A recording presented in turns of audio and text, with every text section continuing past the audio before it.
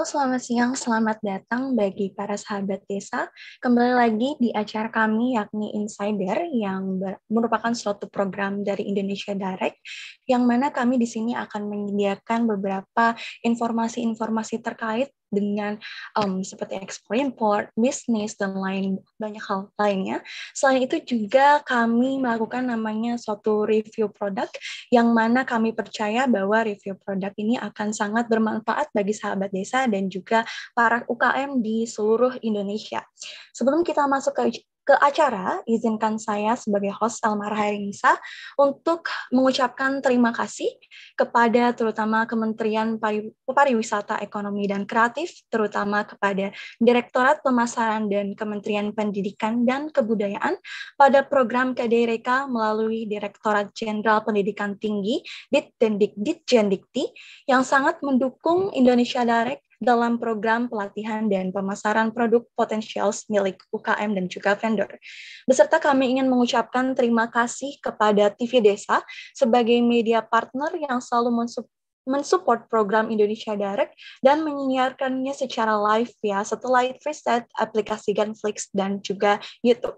Kami dari pihak Indonesia Direct percaya bahwa banyak sekali produk-produk dari UKM milik Indonesia saja tentunya yang menarik untuk ditampilkan secara lebih luas, terutama secara digital. Dan kami juga percaya bahwa perlu mengangkat lebih jauh terkait dengan produk-produk ini melalui platform yang kami miliki di e-commerce seperti di indonesiadirect.org dan berbagai channel digital yang kami punya guna untuk mengangkat produk yang hebat-hebat ini tentunya dan juga unik, tidak hanya di pasar dalam negeri saja, namun juga sampai dengan pasar luar negeri. Nah, untuk acara selanjutnya akan dilanjutkan dengan mungkin sharing-sharing dari rekan kami, yaitu Kesia, yang mana pada hari ini akan menampilkan informasi terkait tentang vintage ya, yang mana di sini adanya platform digital, adanya teknologi yang tentu saja sudah sangat berguna bagi para manusia dan juga kita semua, akan dapat memudahkan kita semua dan mengefisiensi dari segala jenis kegiatan yang akan kita lakukan. Mungkin untuk selengkapnya izinkan saya terlebih dahulu untuk menyapa Kesia. Halo Kesia, gimana kabarnya hari ini? Halo Elma, kabar baik dong. Oke, baik. Syukur kalau gitu. Jadi hari ini benar ya mau bahas tentang vintage? Iya, jadi hari ini aku akan bawain dari berita, khususnya dari liputan6.com, di mana tentang pembiayaan atau pencarian dana melalui vintage dan juga di pasar modal. Oke, sudah sangat menarik banget nih untuk dibahas ya. Jadi bagi sahabat desa dan juga teman-teman yang udah menarik juga siapkan laptopnya buat nyatet atau mungkin kertasnya juga buat dicatat hal-hal yang penting. Oke, kita langsung masuk aja ke materi pertama dari Kesia. Untuk Kesia, waktu dan tempat saya persilahkan. Oke, terima kasih sebelumnya pada Elma yang sudah memberikan waktu dan juga kesempatan untuk saya, Kisha Evi, dapat berbagi ilmu atau mungkin berita-berita yang tentunya masih seputar dengan dunia UMKM di Indonesia. Oke, tanpa perlu berlama-lama lagi, saya akan membagikan materi yang sudah saya dapatkan atau tulis pada siang hari ini. Oke, dengan judul UMKM bisa andalkan pinjaman vintage dan juga pasar modal. Nah, seperti yang kita ketahui, kondisi dari UMKM di masa pandemi ini banyak mengalami pasang surut, terutama dalam bidang perekonomiannya, sehingga kurang atau tak banyak juga mereka itu memiliki pinjaman-pinjaman, misalnya di bank khususnya, untuk menjamin atau untuk melangsungkan bisnis mereka ini supaya dapat lebih berjalan lagi.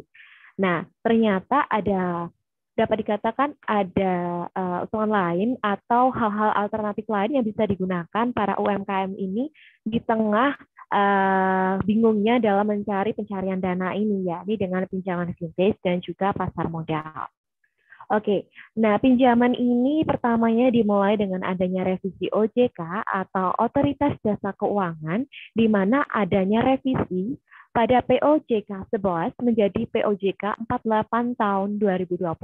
Nah, revisi ini mengenai stimulus perekonomian nasional. Nah, stimulus ini digunakan untuk dapat UMKM ini mencari pasar modal atau pencarian dana itu lebih mudah lagi sebagai kebijakan countercyclical dampak dari adanya COVID-19 yang sudah menyerang para UMKM, bahkan sampai saat ini juga masih ada. Nah, ini tentunya juga akan mempermudahkan atau meringankan UMKM yang memiliki kredit di perbankan, karena tak jarang pula mereka juga meminjam banyak pinjaman modal dari perbankan ini. Nah, oke, sistem ini juga dikatakan tak hanya apa namanya, ya benar tadi, tak hanya mengandalkan modal dari bank, namun ada beberapa alternatif lain. Lalu yang ini, apa sih keuntungan dari adanya regulasi dari OJK ini? Dikatakan ini untuk membentuk persetujuan pencarian dana ini lebih mudah lagi bagi para UMKM dalam bentuk social finance. Nah, ini juga sudah diserap oleh ribuan usaha mikro dan juga kecil. Nah, ini memanfaatkan dari dana peer-to-peer lending atau P2P yang mana sudah berkembang pesat hingga saat ini, sehingga kebijakan ini dapat memasang munculnya juga kreativitas dari para pelaku UMKM, sehingga diharapkan dengan adanya regulasi OJK ini yang memudahkan pencarian dana dari UMKM ini dapat lebih mengembangkan para bisnis dari UMKM tersebut. Lalu apa saja manfaat social finance yang ada dari regulasi OJK ini? Dikatakan menurut Direktur Penelitian Bank Umum OJK, yakni Muhammad Miftah, ada beberapa manfaat dari adanya social finance. Yang pertama tentunya dapat memudahkan dana dari pasar modal. Ini dapat memberikan waktu bagi para pelaku UMKM untuk perbesar atau mungkin untuk memberikan keleluasaan lagi dalam bisnis mereka. Lalu dikatakan juga dapat melibatkan 5 penyelenggara dalam equity crowdfunding, dan juga ada lebih memaksimalkan guna memaksimalkan OJK ini dibentuklah ekosistem keuangan digital, karena seperti yang kita ketahui pada zaman ini banyak hal-hal atau sistem atau segala apapun ini sudah dikelola dengan digital, sehingga dengan adanya digital ekosistem keuangan ini dapat mempermudahkan para pelaku UMKM dalam mengaksesnya. Nah, ini juga sudah dikatakan sudah restrukturisasi sebesar 779 triliun. Nah, ini bukan angka yang sedikit pula. Bahkan dikatakan juga sebanyak 72% ini sudah adalah debitur dari UMKM. Memang sudah banyak para UMKM yang menggunakan ini, dan juga masih diharapkan oleh pemerintah bahwa ini juga dapat digunakan, dimaksimalkan mungkin oleh para pelaku UMKM. Lalu apa saja sih tantangannya dalam penggunaan OJK ini, yakni adanya akses terhadap pembiayaan. Jadi masih dikatakan akses untuk pencarian dana dari OJK ataupun social finance ini masih terbatas atau masih mengalami kemunduran, sehingga dikatakan adanya harapan supaya UMKM ini dapat diselamatkan saat pandemi hingga sektor informal dengan bantuan perbankan juga, maka akses ini akan tetap selalu dioptimalkan lagi. Oke, di sini ada porsi kredit UMKM. Nah, pada tahun 2021, porsi kredit UMKM dari total penyaluran kredit perbankan ini baru mencapai 18,5%. Sementara ada target pemerintah mengenai porsi kredit UMKM ini sebanyak 30% akan mengalami peningkatan dari total kredit pada tahun 2024 mendatang. Nah, ini adanya tambahan, ternyata pemerintah juga begitu memperhatikan para pelaku UMKM, yakni adanya target penambahan sebesar 285 triliun perekonomian nomor 8 tahun 2009 menjadi Pemenko nomor 2 tahun 2020, yakni mengenai pedoman pelaksanaan kredit usaha rakyat. Nah, tak lain pula juga ini digunakan untuk mempercepat penyaluran KUR sehingga dapat sampai ke tangan UMKM yang mengalami masalah dalam persoalan biaya ataupun dana dalam memperbesar atau meningkatkan kapasitas dari kualitas dari bisnis mereka. Jadi sekian dari informasi mengenai ini, dapat dikatakan bahwa kesimpulannya memang saat ini dalam masalah pandemi ini banyak usaha atau bisnis pelaku UMKM ini mengalami keterpurukan. Dan juga ternyata masih ada beberapa alternatif lain dalam mengatasi persoalan ini. Bahkan pemerintah juga sudah menyediakan beberapa hal atau alternatif yang dapat digunakan oleh pelaku UMKM dalam menunjang bisnis mereka, sehingga diharapkan para pelaku UMKM ini tidak mengalami keterpurukan yang lebih lanjut dalam menghadapi persoalan di masa pandemi ini. Mungkin sekian reportase berita yang dapat saya sampaikan. Semoga dapat membantu juga, dan waktu dan tempat juga saya persilahkan kepada Elma. Terima kasih sekali lagi kepada Kesia atas reportase terkait dengan pinjaman vintage. Benar sekali, ini merupakan informasi yang sangat menarik ya bagi kita semua. Seperti kita tahu, dengan adanya pandemi ini perekonomian juga banyak yang turun dan juga sangat kesulitan sekali ya bagi UMKM tersendiri untuk mengembangkan bisnis karena juga ada pembatasan seperti yang pertama ada PSBB yang sangat membuat para pedagang dan juga para pebisnis juga sangat terbatasi untuk bertemu langsung dengan calon customer. Lalu juga ada PPKM kemarin yang mungkin sampai sekarang juga masih belum ya, belum selesai juga. Oleh karena itu dampaknya ini sangat terasa ya bagi kita juga, dari kita semua tentu saja untuk UMKM, dan adanya pinjaman vintage ini yang berbasis digital keuangan ini akan sangat berguna sekali bagi kita semua untuk melakukan pinjaman yang lebih efektif, benar kan Kezia ya? Jadi lebih gampang gitu bagi kita untuk mengurusi pinjaman gitu secara ekonomi. Nah, buat teman-teman yang tertarik nih, mungkin yang tadinya belum tahu ada pinjaman vintage, sekarang udah tahu kan kalau ada pinjaman berbasis digital yang mana akan sangat memudahkan juga bagi kita semua untuk melakukan transaksi ya bisa dibilang, dan juga melakukan pinjaman berbasis digital online apalagi di kala pandemi sekarang. Terima kasih sekali lagi saya ucapkan kepada Kesia atas reportasenya yang menarik sekali dan juga sangat berguna bagi kita semua. Oke, untuk selanjutnya kita akan masuk ke rekan saya juga selanjutnya dari Amanda yang akan membahas tentang develop marketing strategy, di mana kita tahu sendiri nanti kita akan ada acara namanya Pacific Exposition. Jadi di sini mungkin teman-teman, rekan-rekan semua yang ikut Pacific Exposition akan sangat mempersiapkan ya untuk perkembangannya nanti di acara tersebut. Nah, jadi di sini kita menyiapkan konten materi tentang develop marketing strategy karena ini merupakan salah satu aspek yang sangat penting untuk dipelajari bagi para UMKM dan juga vendor. Nah, oleh karena itu, izinkan saya sebelumnya untuk menyapa Amanda dulu. Halo Amanda, gimana kabarnya?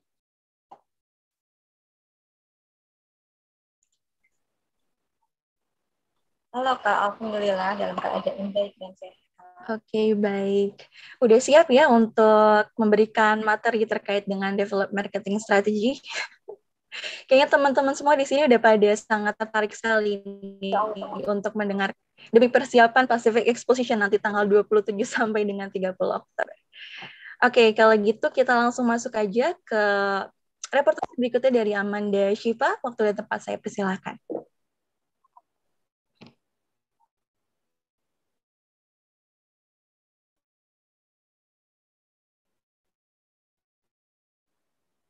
Baik, siangnya perkenalkan nama saya sedikit.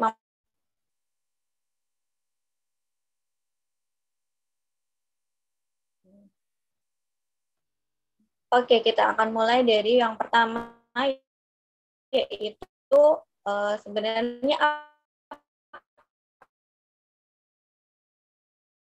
pemasaran itu merupakan hal yang sangat penting untuk dibahas untuk keberlangsungan dan kelancaran promosi bisnis yang akan dikembangkan, di mana strategi pemasaran ini merupakan semua tujuan dan objektif dari pemasaran suatu perusahaan yang dalam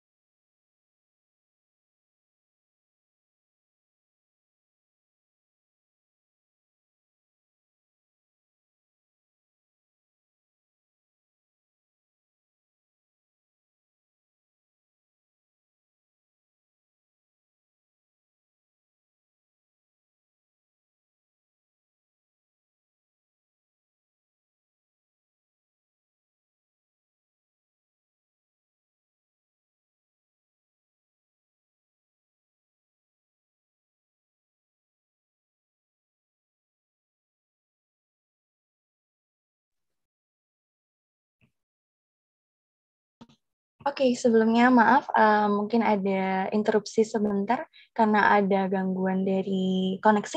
Mungkin Ahmad Syifa bisa di-unmute, tadi sempat keluar.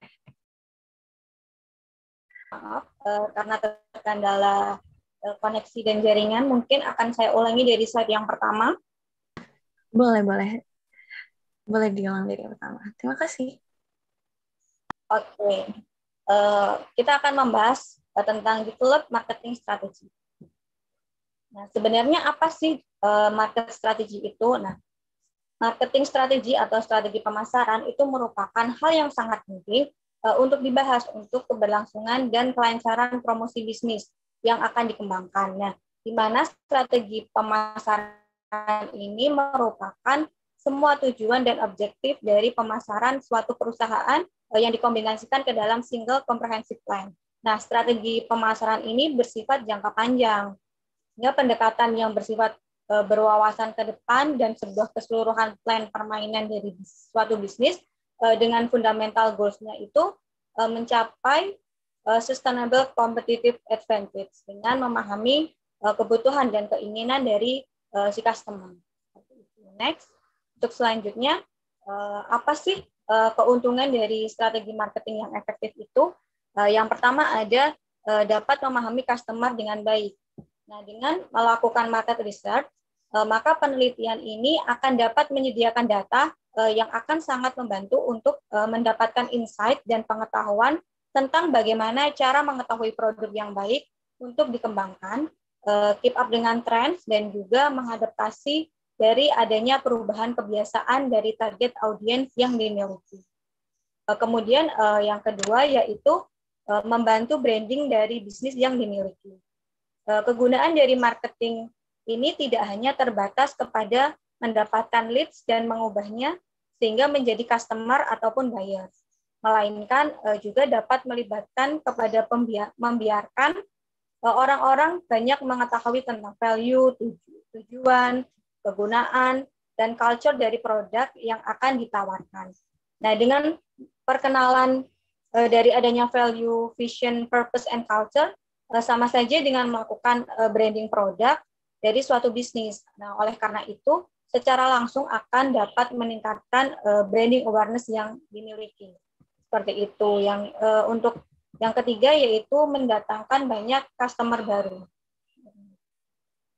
Nah, dalam mendatangkan lead yang dikonvert menjadi customer atau pembeli merupakan tujuan utama atau main goal dari adanya strategi pemasaran. Nah, hal ini itu disebabkan karena apabila suatu bisnis itu tidak dapat mendatangkan customer baru, maka perusahaan itu akan sulit dalam berkembang seperti itu. Ya, sehingga dapat disimpulkan dari penjabaran tadi bahwa strategi pemasaran merupakan aspek penting dan krusial di dalam pengembangan suatu bisnis.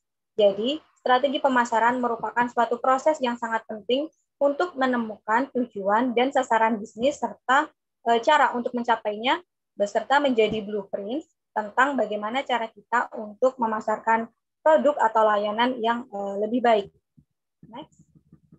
Untuk selanjutnya yaitu tips develop marketing strategi. Sehingga bagaimana sih cara untuk mengembangkan strategi pemasaran, tips dan triksnya bagaimana? Yaitu yang pertama ada identify business goals. Nah, dalam kriteria untuk mengatur business goals yang dimiliki itu kita menggunakan suatu metode yang dinamakan SMART atau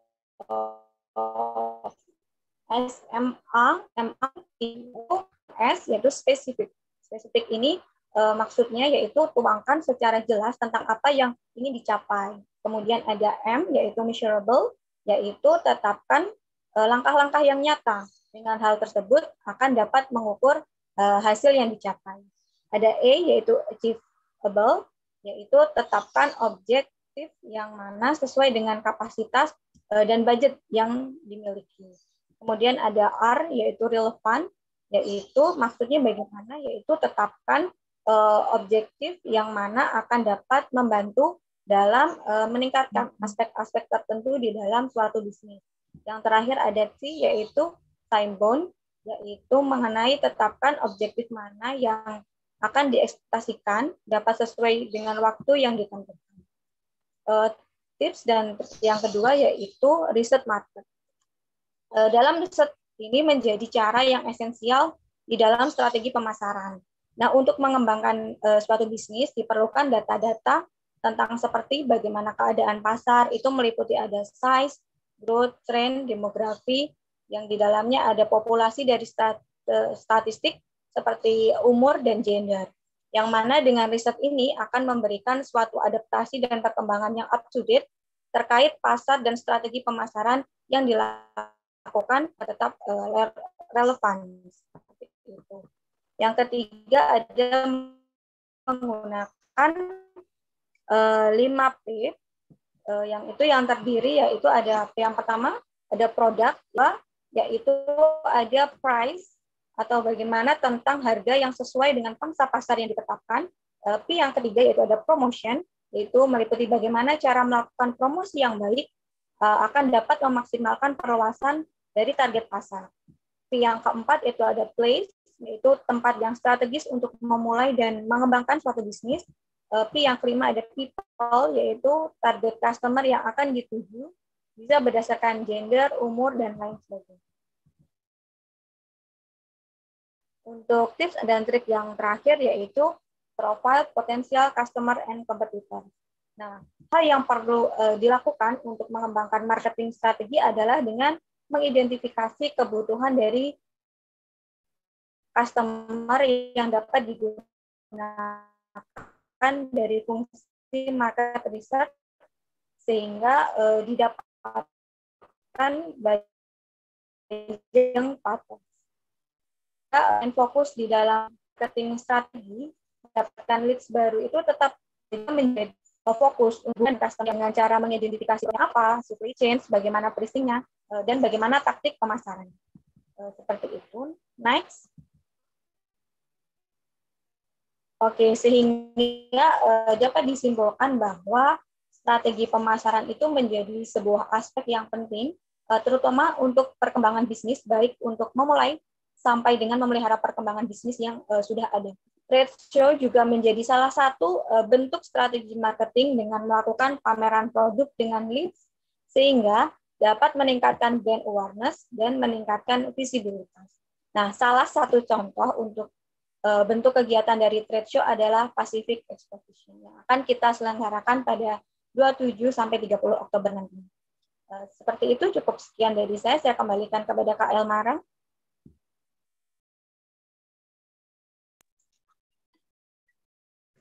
Oke, terima kasih kepada Amanda Shiva atas pemaparan tadi tentang develop marketing strateginya yang sangat menarik sekali. Untuk kita semua tadi ada pembahasan terkait dengan marketing strategi yang tidak hanya kita itu berfokus kepada kuantitas dari penjualan, tetapi juga bagaimana cara kita untuk meningkatkan brand awareness dan juga produk visibilitas yang dimiliki oleh UMKM dan juga vendor, karena itu merupakan aspek yang penting tadi ya. Karena juga kita harus meningkatkan bagaimana leads yang akan nanti tertarik dengan produk kita, seperti itu. Terus juga tadi ada berbagai hal yang menarik, tips and triknya tadi juga ada identify business melalui metode SMART, dan juga ada terkait dengan research market, yang mana research market ini juga merupakan aspek penting juga untuk bagi kita para vendor dan juga UMKM untuk menganalisis bagaimana cara kita mengembangkan bisnis. Dan juga tadi juga menarik pembahasan terkait dengan 5PS, yang price, product, place, people, and also promotion. Yang mana 5 hal ini juga sangat berpengaruh ya bagi kita semua untuk melakukan strategi marketing, tentang bagaimana cara kita untuk mengembangkan produk apa sih yang disukai oleh calon customers, lalu tempatnya mau ditempatkan seperti apa, dan pangsa pasarnya yang seperti apa, lalu juga bagaimana bentuk dari promotionnya seperti apa, via offline kah atau online kah, dan ini yang perlu memang dianalisis lagi, yang perlu memang dipelajari lagi bagi kita semua, bagi para vendor dan juga UMKM tentunya, untuk mengembangkan bisnisnya melalui marketing strategi dengan cara pengembangan strategi pemasaran tentunya. Selain itu juga ada provide potential customer and also competitors, yang mana kita juga juga harus mengetahui bagaimana nanti kelebihan dan keunikan dari produk yang kita miliki dibandingkan dengan kompetitor yang kita punya gitu. Dan juga selain itu juga dengan profile potential customer, tentu aja kita harus tahu bagaimana sih tujuan pangsa pasar kita itu ke siapa. Karena ini akan lebih memudahkan kita juga untuk mengembangkan bisnis kita seperti itu. Dan ini materi yang cukup menarik ya Amanda Shiva. Terima kasih sekali lagi saya ucapkan untuk Amanda dan juga Kesia terkait dengan pemaparan terkait dengan pinjaman vintage dan juga Amanda terkait dengan develop marketing strategy. Untuk acara selanjutnya kita akan masuk ke acara yang sangat ditunggu-tunggu oleh teman-teman semua, yakni adalah review produk. Namun sebelum kita masuk ke acara tersebut, sahabat desa, mari kita saksikan terlebih dahulu komersial berikut ini.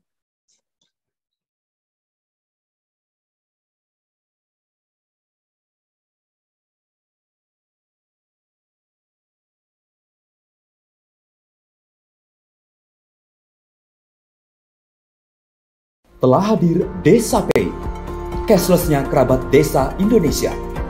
Sebuah aplikasi pembayaran online.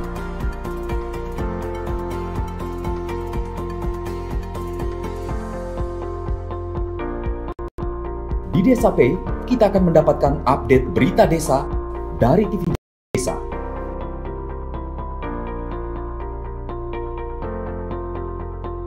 Unduh aplikasi Desa Pay segera.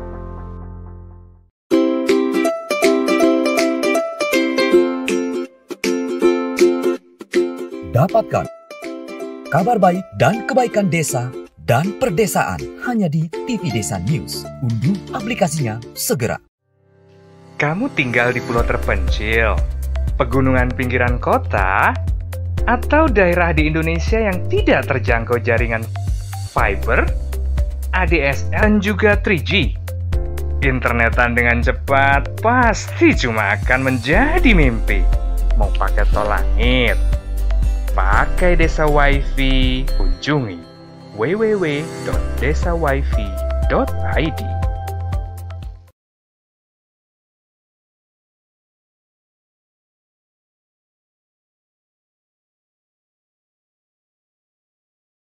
Oke, baik sahabat desa, kembali lagi ke acara kami Insider dari Indonesia Direct. Dan sekarang kita akan langsung masuk ke acara selanjutnya, yakni review produk, di mana hari ini kita sudah kedatangan tamu yang sangat istimewa sekali tentunya, dari Ibu Iren, benar pengucapannya Ibu Iren. Halo, selamat siang Ibu. Selamat siang, Mbak Noval. Terima kasih. Ya, hari ini kita akan ngebahas tentang produknya Maharani Craft ya, benar ya? Iya. Oke. Pertama kali kita mulai, aku pengen ini dulu penasaran nih, Bu, terkait dengan nama dari brand Maharani. Ada kejadian sendiri atau mungkin nama orang terkasih dan tersayang awal mula kenapa menjadi inisiatif bagi Ibu untuk menamai produknya sebagai Maharani? Boleh diceritakan mungkin Ibu sharing-sharing? Oke, ya. Usaha Maharani ini adalah usaha dari ayah saya. Itu dirintisnya sekitar tahun 70-an. Jadi Maharani, CV Maharani itu sebenarnya di tahun 90-an itu terkenal dengan Maharani Silver gitu. Kenapa Maharani? Mungkin ya pengen yang jadi yang paling cantik ya, jadi maha cantik gitu, jadinya Maharani gitu sebagai Maharatu gitu ya, yang banyak menggunakan perhiasan gitu. Jadi nama itu kita pakai sampai sekarang. Untuk nama CV-nya adalah CV Maharani. Dan pada tahun 2009 kita mulai membuat divisi yang craft gitu. Jadi sekarang Maharani Silver-nya sudah nggak aktif karena udah banyak pemain silver dan banyak customer-nya Bapak yang sudah mempunyai source yang lain ya. Jadi kita gunakan Maharani Craft untuk brandingnya. Jadi Maharani Craft ini baru di tahun 2009 ya? Untuk divisi craft-nya di tahun 2009. Ya.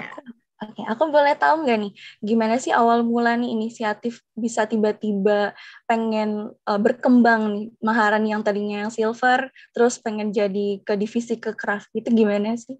Awal mulanya perkembangan dari produk dari craft itu sendiri. Oke. Untuk pendiri CV Maharani sendiri, namanya Pak Aseng, itu adalah bapak saya. Dan kemudian di tahun 2009 itu Pak Aseng diajak istilahnya bekerja sama gitu ya dengan paman saya yang sebelumnya memang sudah aktif di craft di tahun 2009 itu, sehingga kita membuka divisi baru selain mengekspor silver juga mengekspor produk-produk yang craft gitu. Itu awal mulanya. Oke, awal mulanya berarti memang sudah ada ketertarikan ya untuk membuat craft-nya itu sendiri gitu. Terus akhirnya jadi terus menerus sampai sekarang dari 2019 sorry, maaf ke 2009 sampai 2021. Udah cukup lama ya, sekitar 12 tahun. Wah, keren sekali. Terus untuk produknya dari craft itu sendiri itu konsepnya seperti apa sih? Boleh. Ya, kalau saya boleh cerita, sebenarnya ya saya sendiri bergabung mulai aktif di Maharani Craft itu sejak tahun 2010 ya sejak tahun 2010 gitu. Nah pada saat itu kita terutama saya yang masih newcomer di handicraft ini, saya berusaha untuk belajar gitu, karena background saya sebenarnya accounting gitu. Background saya sebenarnya accounting, tapi saya berusaha belajar di craft. Ya, jadi produk kami karena dulunya adalah jewelry ya, silver jewelry, jadi akhirnya craft-nya itu berkembang tidak jauh dari situ. Itu pun juga karena ada satu program yang kita ikuti, namanya Export Coaching Program oleh CBI dari Belanda. Pada saat itu dia melihat bahwa kita kuat di jewelry gitu, sehingga akhirnya diputuskan kita menjadi jewelry for home seperti yang ada di slide ini. Itu adalah pegangan laci atau pegangan pintu ya, pegangan pintu lemari gitu, yang kita buat kombinasi antara brass dan batu-batu alam. Bisa next. Ya. Nah, batu alam yang kita gunakan itu sebenarnya juga dari Indonesia sendiri, dan perajin batu yang bekerja sama dengan kita itu sudah sangat lama, karena itu udah dari zaman bapak saya ya. Jadi waktu si perajin batunya juga waktu itu masih muda. Ini adalah tempat stok batu ya di tempat beliau. Oke. Nah, setelah kita mengikuti export coaching program itu, akhirnya kita bisa berkembang membuat produk-produk yang dia adalah hiasan atau dekoratif untuk home gitu. Bisa next ya. Ini adalah tempat kerja perajin batunya ya, yang ada di Pacitan. Seperti itu kondisinya. Ini pun juga udah bagus dan sudah dikunjungin juga oleh Pak SBY ya. Nggak terlalu banyak perajin, dan ini juga disesuaikan dengan dengan order yang kita beri ke mereka. Dan bisa next. Dan pada saat kita mulai kerja dengan beliau itu adalah beliau tidak pernah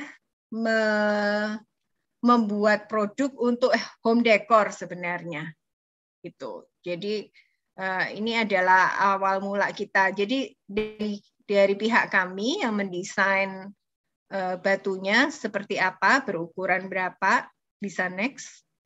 Terus kemudian nanti kami kombinasikan dengan kuningan gitu. Ya, ini adalah skema proses produksi ya. Karena beliau sendiri juga adalah guru SMK yang mengajar di daerah Pacitan dan berusaha untuk menularkan ilmu dan skill perajin batunya kepada orang-orang di sekitar. Bisa next.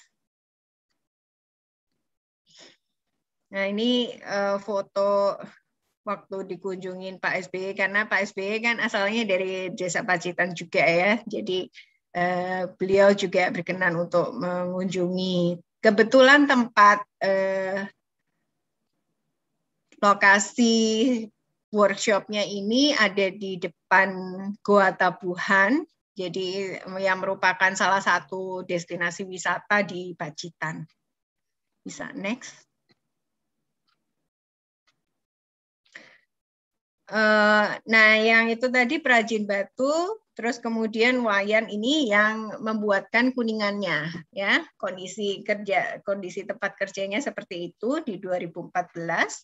Terus kemudian pada saat selesai ekspor coaching program itu, pihak Maharani kita mendapat kesempatan lagi untuk mengikuti program yang namanya Fair Trade Finance. Ya, bisa next.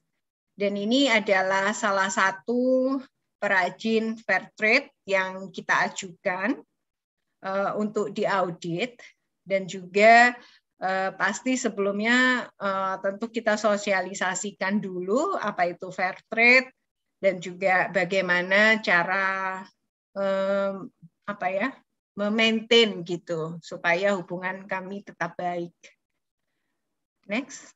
Jadi hubungan kami dengan para supplier itu tidak hanya hubungan jual beli ya, tapi juga relasi yang bagus gitu dengan mereka. Nah, pada saat ini di slide ini ada salah satu customer kami yang ingin mengetahui bagaimana produk itu dibuat. Jadi kita juga memberi kesempatan pada mereka untuk mengetahui dan mengunjungi produsen kami di mana produk itu dibuat gitu. Mereka sampai mengirimkan digital marketernya untuk membuat video. Next. Ya. Nah, ini adalah perajin kerang yang juga sudah kerjasama dengan Bapak sudah cukup lama. Sampai sekarang kami juga masih berhubungan baik.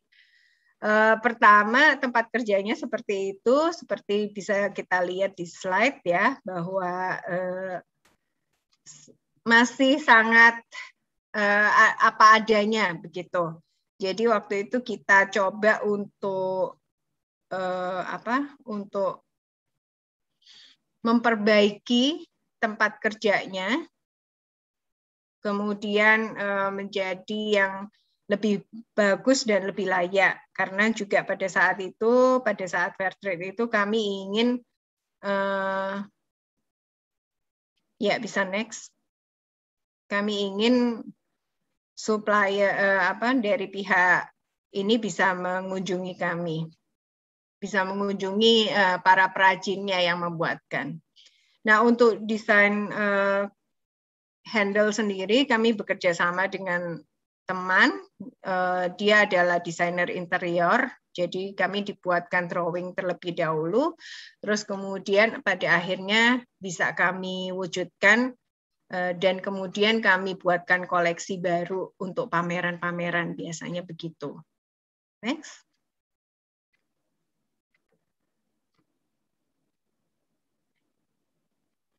Nah, seperti ini hasilnya dari drawing yang tadi, benar-benar kombinasi antara kerang dan juga kuningan, juga batu-batuan.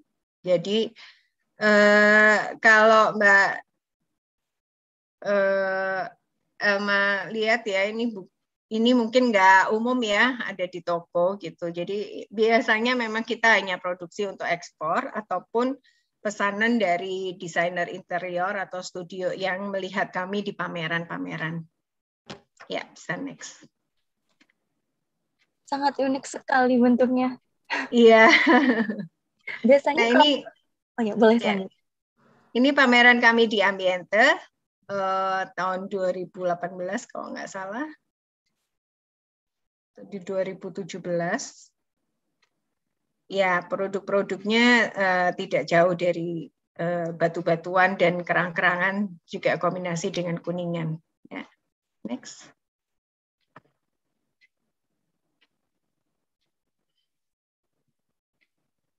Ya, kami juga tampil di IFEX waktu itu dengan Kabupaten Badung, mewakili Kabupaten Badung, dan kami juga menampilkan koleksi-koleksi yang kami punya.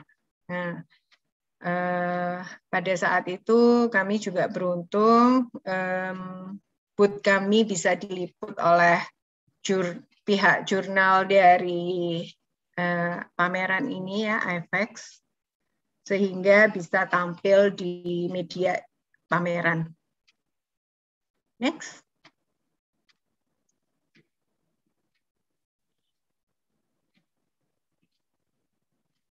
Ya, oke. Ini adalah jurnal yang di pameran IFEX 2017.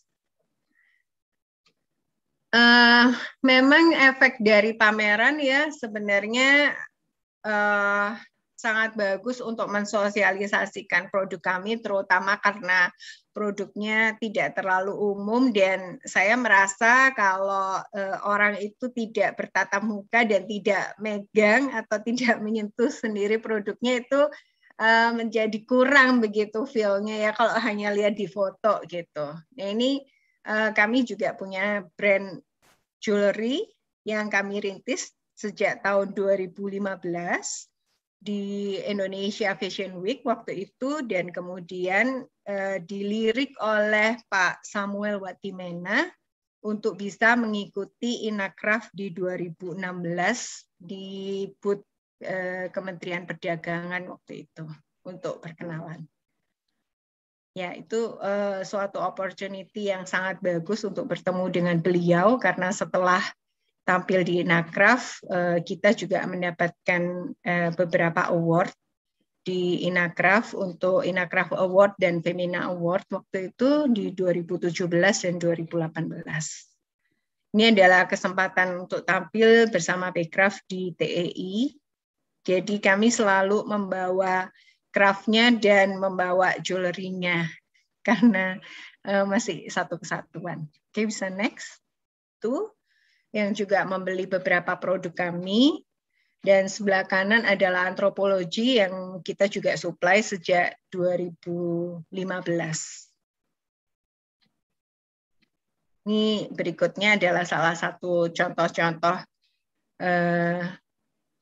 produk kami yang ada di website customer. Mostly produknya adalah batu-batuan ya, batu-batu alami. Ya, kami ingin juga mengangkat perajin batu juga Indonesia. Nah, ini kesempatan untuk mengikuti New York Now waktu itu bersama Kemenparekraf. Bekraf ya kalau dulu ya.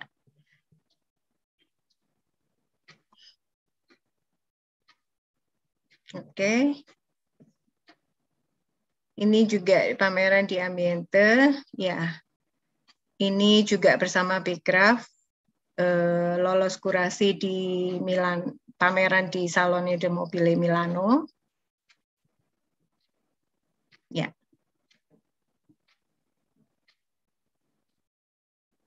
Next.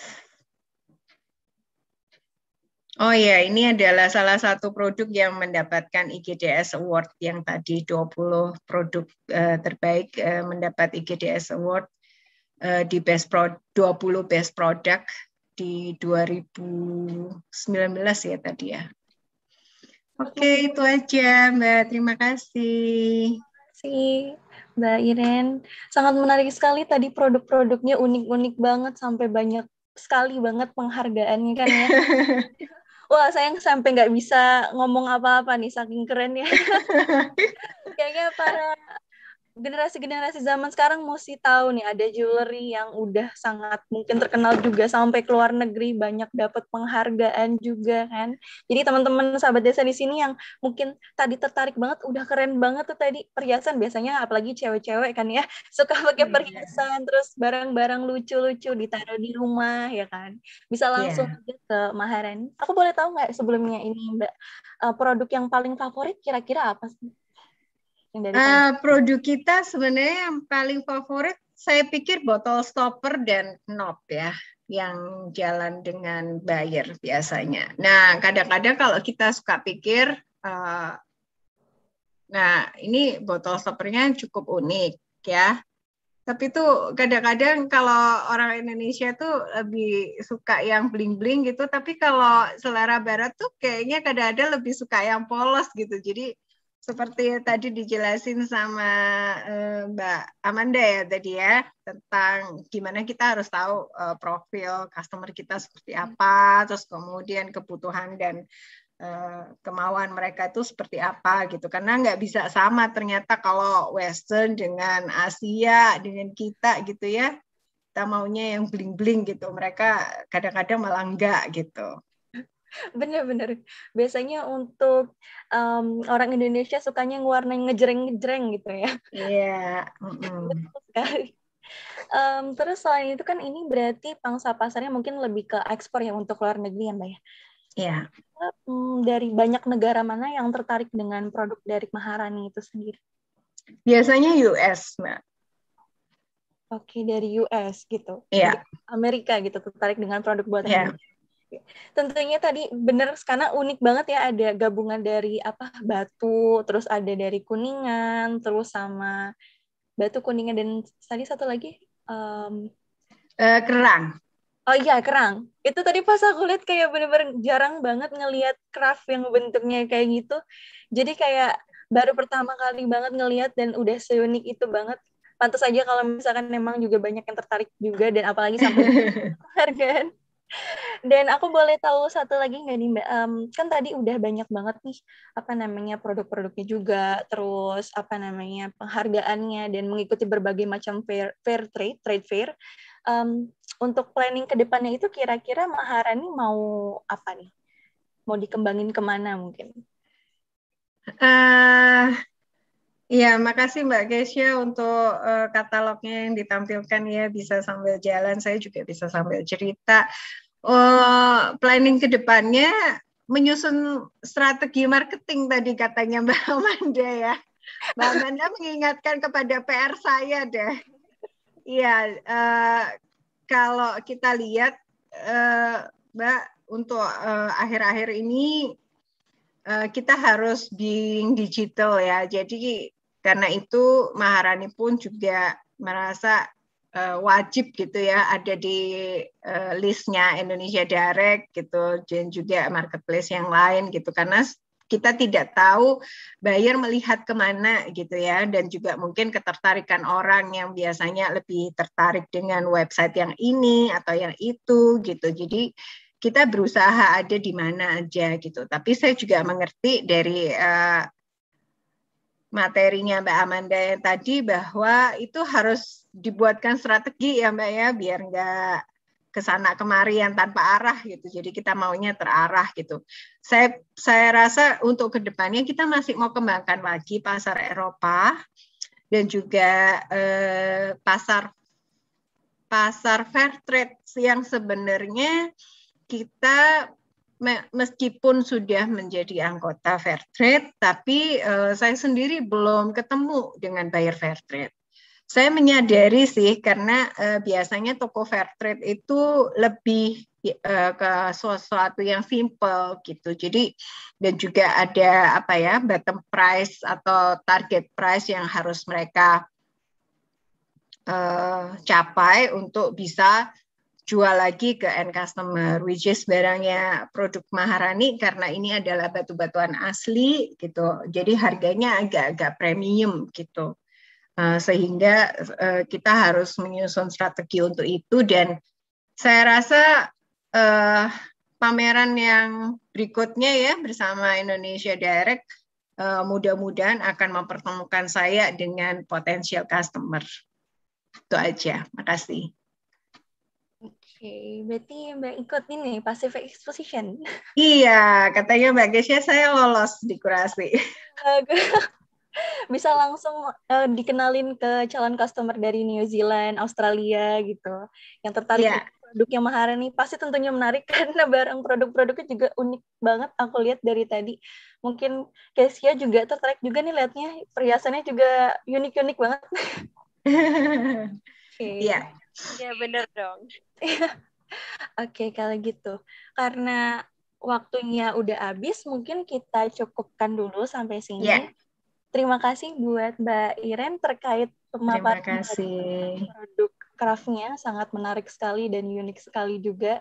Dan bisa jadi ini motivasi juga bagi para teman-teman semua yang ingin membangun bisnis juga, dan semoga bisnisnya nanti semakin lancar ke depannya ya. Ya, benar. Terima kasih. Macam luar negeri juga lakunya. Bisa sampai berkembang sangat. Kayak gitu. Terima kasih sekali lagi Mbak Iren. Iya, terima kasih Mbak. Makasih. Terima kasih untuk Indonesia Direct ya atas supportnya selama ini. Terutama Mbak Gesya udah banyak mengingatkan saya kalau saya kelupaan isi form. Iya, sama-sama Bu. Terima kasih. Ya, terima kasih. Oke. Tidak terasa kita udah sampai di penghujung acara. Tadi juga review produknya sudah sangat menarik sekali dari Mbak Irene terkait dengan craft yang sangat unik sekali dan juga sudah ada di berbagai macam penghargaan. Jadi untuk para sahabat desa dan juga teman-teman vendor lainnya yang merasa tertarik dan juga merasa bahwa produknya juga cukup unik dan ingin ditampilkan di acara kami Insider yang diadakan di Indonesia Direct, silahkan bisa menghubungi kontak tim kami, rekan kami, yaitu Kak Kesia Evi dari Marketing dan PR Indonesia Direct di nomor 0818 18467457 dan juga bisa kontak email ke @indonesiadirect.org atau juga kunjungi website Indonesia Direct di www.indonesiadirect.org. Nah, Oke, udah ada di penghujung waktu acara ini. Terima kasih buat teman-teman semua yang udah datang dan juga udah banyak sharing, dan juga untuk Mbak Iren juga yang udah sharing tentang produknya, dan juga untuk Kak Kesia dan juga Amanda yang sudah sharing-sharing terkait dengan pinjaman vintage beserta develop marketing strategi yang sangat menarik dan juga sangat valuable sekali ya buat kita semua. Cukup sekian dari saya sebagai host. Terima kasih banyak. Selamat siang dan sampai jumpa. Terima kasih semuanya.